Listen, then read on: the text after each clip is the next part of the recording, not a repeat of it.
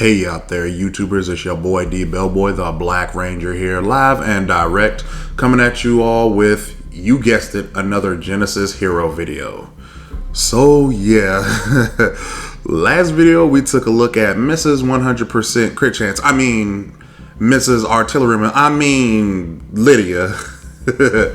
Her kit was bonkers, absolutely bonkers. She basic attacks you till she gets enough crit chance to just burn your health away. And if you somehow manage to dodge her basic attacks, she can pretty much just roll up to you, shoot you with a frost bullet, and then subsequently blow you out of existence with a friggin' cannon. Yeah, the most basic and easiest of carriers to pick up. Alright, so now you all know this part by heart. Now, if you like this is the part where if you like the vid, then you thumbs up, or if you want, you can leave me a comment about the video. And if you suddenly find yourself really liking the content here, then feel free to subscribe and hit the bell so that way you never miss a video. Alright, so now for today's hero, we're gonna have to use all our skills and our abilities to focus because she's razor sharp. Everyone, I present to you Mikazuki. Alright, ladies and gentlemen, here is Mikazuki. She is an assassin. So, I hate it when it does that. Alright, here we go. Don't be fooled by her delicate beauty. Mikazuki is deadly with the blade and will cut down anyone who think her unworthy. A little bit about her background. Mikazuki is a member of the Promethean Force, a branch of super soldiers. Mikazuki is an heir and practitioner of Musashi, a kendo discipline. Dissatisfied with his father naming her brother as sensei of the Musashi dojo and disregarding her family rule that prohibits a female from wielding a sword, she ran away from home. Having never left the safety of her home, Mikazuki soon found herself surrounded by a group of thugs. The fight that ensued wasn't even close. It didn't take Mikazuki long to dispatch her assailants. The skirmish was witnessed by Amber, who was just passing by. To prove women are equally capable in battle, Mikazuki signed up with the Space Fleet at Amber's recommendation and was later transferred to the Promethean Force by her CO. She quickly gained fame in the Force as few could rival her unparalleled skill with a katana. Although Mikazuki proved her mettle, she is still a young lady far from home. She covers her face with a mask during battle to honor the ancient traditions of Musashi. And next up, we about to get into them skills. I know it's sad, I gotta do my own echo. Alright, so Mikazuki's first skill is Musashi's Flowing Blade. Mikazuki strikes the area ahead of her, damaging enemy units and pushing them back. This skill can hold up to 3 charges. The energy cost is 30 and the cooldown respectively is 8 seconds, 7, 6, and 5. Her second ability is Meteor Strike. Pops a nearby enemy into the air and slams them into the ground. Slows the target and deals damage to all enemy units in the vicinity of the target. The energy cost for that is 40, 50, 60, and 70 respectively, and the cooldown is a static 9 seconds. Her third ability is Grappling Hook. Mikazuki throws her grappling hook at an enemy within range to pull them in, damaging and reducing the target's armor. The energy cost for that respectively is 70, 80, 90, and 100. The cooldown as well respectively is 11 seconds, 10, 9, and 8. And lastly, her fourth skill and slash ulti is Musashi's Eternal Sword. Using Musashi's greatest secret, this technique allows Mikazuki to attack her targets with a flurry of attacks. Enemy units in the vicinity of the target take damage as well. Mikazuki is invulnerable while executing her attacks. and the energy cost respectively is 150, 200, and 250. Along with the cooldown respectively, it's 90 seconds, 75 seconds, and 60 seconds. So honestly, exactly what you would expect from an assassin's kit here. Honestly, it's some of it sounds like a fighter kit, but more so it is definitely an assassin's kit. Grappling hook to pick out the weak targets, pull them in, reduce their armor.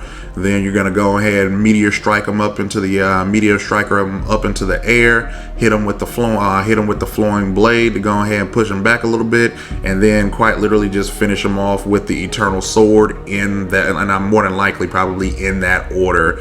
Actually, sounds exactly like how her skills would play out: grapple hook, meteor strike, Musashi flowing blade, Musashi eternal sword. And if they're still alive by that point, they're I don't know, they're just really tanky at that point.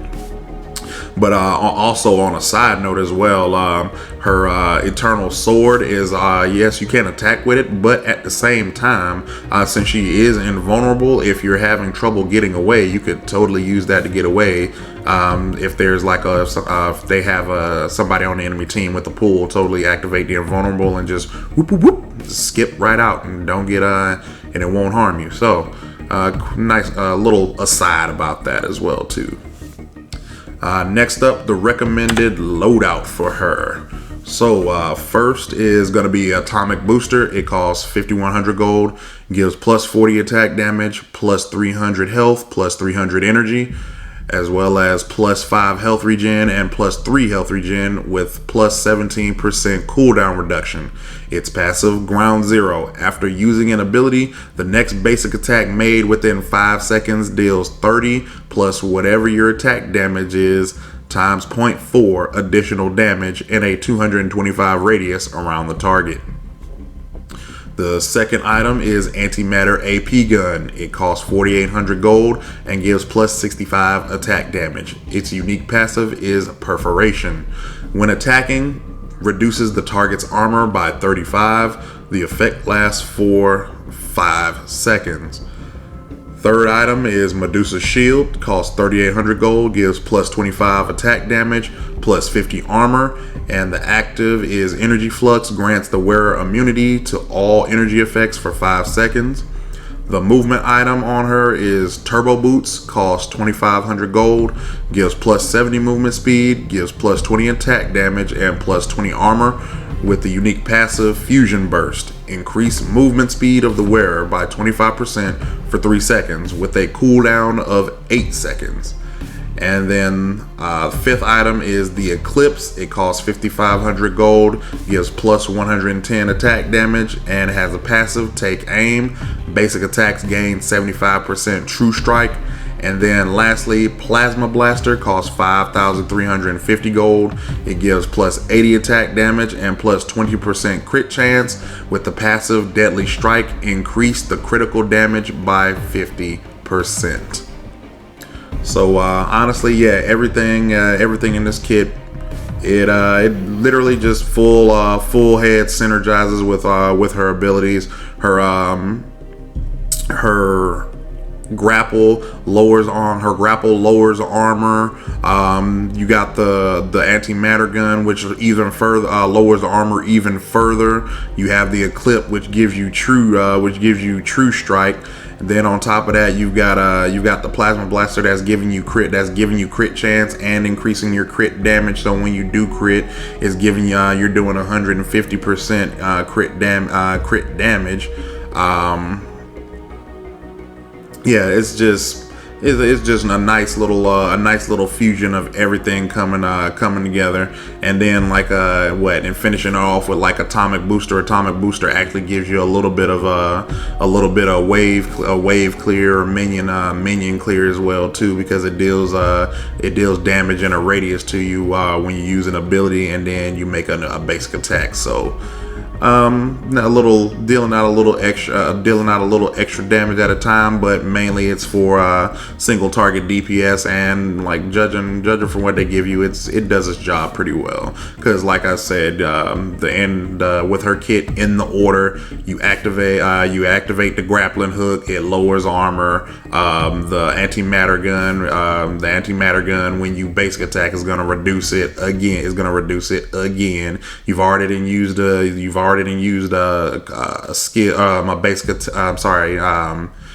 Yeah, you'd already used the basic attack after you pull them in with a grappling hook. So the basic attack with atomic booster is gonna deal that extra damage in the radius. Then whatever your true strike is, if you crit as well, it's just gonna deal more damage on that basic attack that you do after you pull them in, hit them up in the air, and then knock on basic attack again. And literally you just want a basic attack in between every skills to get like the maximum out of this set. But essentially it's going to burst down single target DPS and low health single target squishy heroes or low health heroes, essentially. So moving on lastly here to the skill order. So Musashi's Flowing Blade, you want to go ahead and pick that up at level 3. It is what it is. It's not really a dash ability. It's more so kind of a just in front of you slash. So yeah, take it at level 3, because there are other important abilities that you do need. And then late game, mid game, you're just gonna power it up to go ahead and get that extra damage out of it, respectively at level 8, 9, and 10. Since you took it at level 3. Meteor Strike, which is you're gonna take that at level 1, which is honestly a little bit better than Flowing Blade, for the simple fact that it actually knocks the enemy up in the air. So as long as they're in the air, they can't do any moves, or they can't move. So it does allow for teammates to either get in or get out. With that, you're gonna level that up quite early at 4, 5, and 7, so you can get the maximum lethality out of that. The grappling hook itself, honestly, like it shows, you'll need it at level 2. You won't need to touch it until later on in the end of the game. So that way, the grappling hook actually breaks the armor a little bit more once you've got your full build at level 12, 13, and 14 that you take it at. And then again, like always, the Musashi's Eternal Sword, the ultimate, you are going to take those respectively at levels 6, level 11, and level 16. So overall, Musashi, really,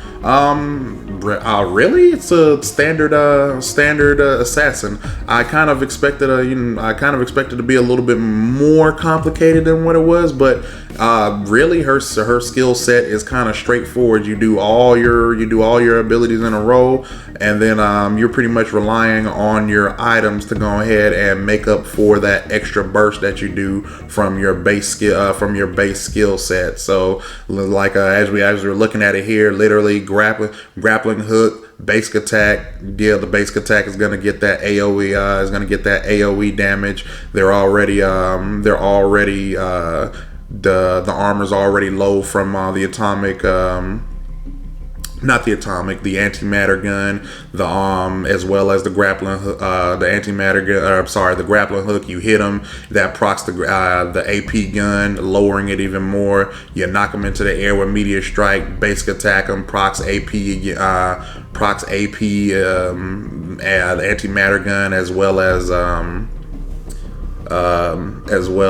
actually no, I'm sorry, yeah, just procs AP, the antimatter gun again. Then you hit them with the flowing blade. It stacks up to 3 times. So 1 blade swing, 2 blade swing, 3 blade swing.